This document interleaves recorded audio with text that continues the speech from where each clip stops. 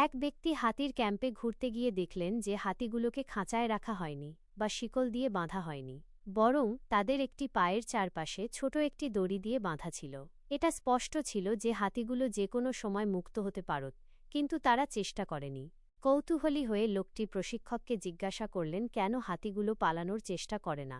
প্রশিক্ষক উত্তর দিলেন, যখন তারা খুব ছোট ছিল আমরা একই আকারের দড়ি ব্যবহার করতাম। সেই বয়সে এটি তাদের ধরে রাখার জন্য যথেষ্ট শক্তিশালী ছিল। বড় হওয়ার সাথে সাথে তারা বিশ্বাস করতে শুরু করে যে তারা মুক্ত হতে পারবে না, তাই তারা কখনই চেষ্টা করেনি। লোকটি অবাক হয়ে গেল। হাতিগুলোর যে কোনো সময় মুক্ত হওয়ার ক্ষমতা ছিল, কিন্তু তারা অতীতে তৈরি হওয়া একটি বিশ্বাসের কারণে আটকে ছিল। গল্পের নৈতিক শিক্ষা: আমাদের মধ্যে অনেকেই অতীতের ব্যর্থতা বা অভিজ্ঞতার দ্বারা তৈরি হওয়া আত্মসন্দেহ এবং সীমাবদ্ধ বিশ্বাসের ওপর ভর করে জীবনযাপন করি। শুধু একবার ব্যর্থ হয়েছেন বলে আবার ব্যর্থ হবেন এমন নয়। মানসিক শিকল থেকে মুক্ত হন এবং আপনার প্রকৃত সম্ভাবনা উপলব্ধি করুন। এই গল্পের মূল বার্তা হল, অতীতের নেতিবাচক অভিজ্ঞতা বা বিশ্বাস যেন বর্তমানে আপনাকে আটকে রাখতে না পারে। নিজের ক্ষমতার উপর বিশ্বাস রেখে এগিয়ে যেতে হবে।